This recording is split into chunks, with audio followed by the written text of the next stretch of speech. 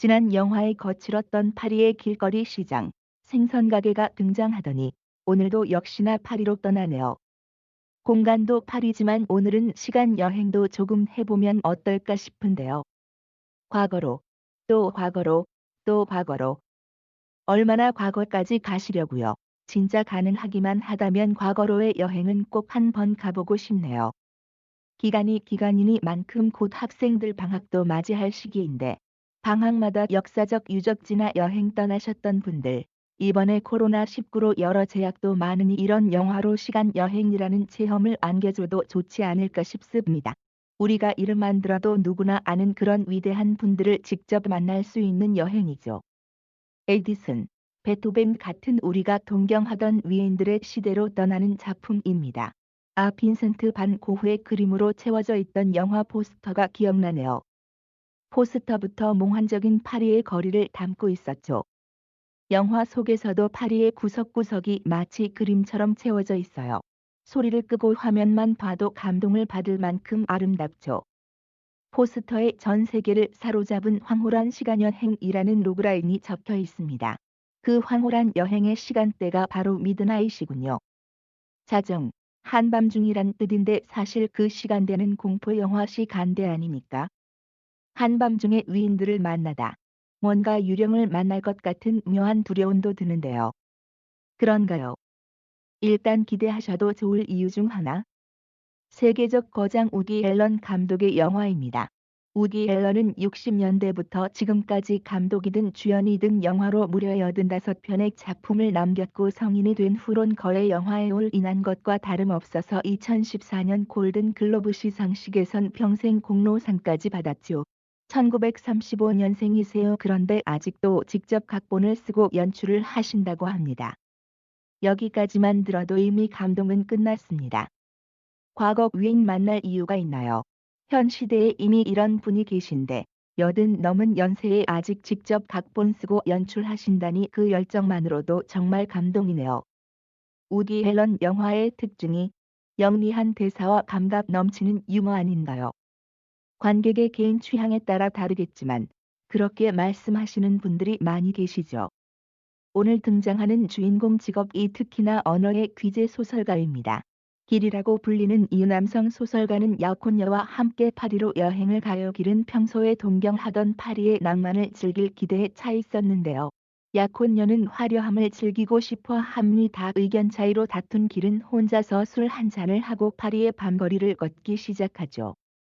뭔가 사건이 일어나려면 꼭 이렇게 동행하던 사람과 헤어져 혼자 있게 되는 법이죠. 그렇죠. 터벅터벅 밤거리를 걷고 있을 때 자정을 알리는 종소리가 들리더니 어디선가 오래된 클래식 부조 한 대가 달려옵니다. 길이 바라보자 안에 탄 사람들이 여서 차를 따 하며 외치죠. 엉겁결에 올라탄 길은 그대로 황금시대라 불리는 1920년대의 파리 어느 파티 장소에 도착하게 되어 어리둥절한 길이 파티 참석자들과 인사를 나누는데요. 첫 번째로 인사를 나눈 사람이 놀랍게도 위대한 개츠비를 썼던 프랜시스 스콧 피츠제럴드와 그의 아내였죠. 길은 지금 황홀하여 넋이 나가려고 해요. 다음 저기 구석진 곳에 맞춰 분위기를 풍기며 한 남자가 앉았죠. 다가가 인사를 건네자 그 남자가 이렇게 대답해요. 반갑소. 나는 해밍웨이요. 오 재밌네요. 어니스트 해밍웨이. 대단하네요. 생각해 보니 실제로 1920년대는 세계 여러 나라의 천재적 예술가들이 파리에 다 모였을 때네요. 때마침 소설가였던 길의 입장에서는 동경하는 롤 모델들이 대거 활동하던 시대라 정말 흥분되었겠습니다. 또 다른 예술가도 등장하나요? 유명한 화가 파블로 피카소가 등장하죠. 살바도르 달리, 또 초현실주의로 유명한 영화감독 부뉴엘 같은 감히 눈도 못 마주칠 것 같은 전설적인 예술가들이 그 자리에 함께 하고 있습니다. 그리고 길은 그들과 친구가 되어서 매일 밤금 같은 시간을 보내게 되죠. 이쯤 되면 뭐 아까 헤어진 약혼녀 생각은 전혀 나지도 않을 것 같네요. 동경하던 세계적 거장들을 만나는 뜻깊은 순간이지 않습니까? 사실 더욱 그럴 것이 위인은 아니지만 영화 속의 가상 인물이 한 명 더 등장하는데요. 유명한 거장들의 연인이라 불리는 아드리아나라는 여성이죠. 이 아드리아나의 매혹적인 미모 때문에 영화를 보시는 남성분들도 빠져들지 않을까 싶네요. 역시 화려함만 줬던 여콘녀가 아닌 또 다른 여인까지 등장하고 말았네요. 그렇다면 길과 아드리아나의 결말까지도 궁금해지는데요. 고전적 미모가 극에 달하는 아드리아나와 길의 이야기는 영화 속에서 보시라는 의미로 아쉬운 채 건너뛰고 6. 대신 중요한 사실을 알려드릴게요. 길은 자신이 무척이나 동경하던 시대인 1920년대를 실제로 살고 있는 아드리아나에게 놀라운 사실을 발견하죠.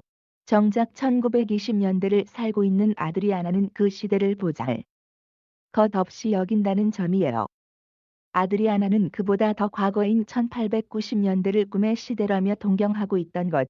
아드리아나에게는 1920년대가 현재일 테니까 그녀는 그녀로부터 또 과거가 되는 1890년대를 동경하는 거군요.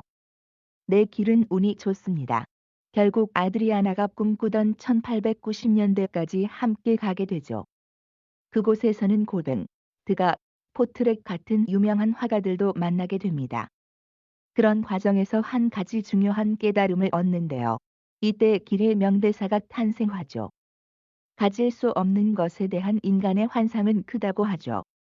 그중 뻔히 불가능할 걸 알면서 과거로 돌아간다면 이라는 가정을 제일 많이 한다고 합니다. 학창 시절로 돌아갈 수만 있다면, 내가 조금만 젊었다면, 같은 말들을 안 해본 사람이 없다고 해요. 그러나 오늘도 언젠간 과거가 되겠죠. 그리고 그 과거는 언제나 기억 속에서 아름다울 겁니다. 해밍웨이의 명대사 한 번 되새기며 이야기 마무리할게요. 관객 중 글 쓰시는 분들은 작품 속 해밍웨이의 좋은 작가가 되기 위한 조언이 가슴에 꾹 박히실 겁니다. 억압된 순간, 역경 속에서도 용기와 품위를 단언고 지킨다면 제목은 뭐가 되어도 상관없지. 이야기의 진심이 담겼다면 영화 아닌 소재란 없지. 내용에 진실이 있다면 문장이 꾸밈없고 간결하다면 누구나 환상을 가질 수 있습니다. 무언가를 동경하고 살기도 합니다.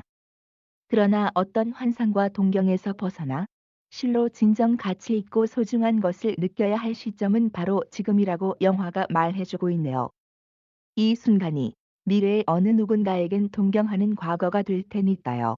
우디 앨런 역시 미래엔 누군가가 동경하는 과거에 감독이 되어 있겠지요.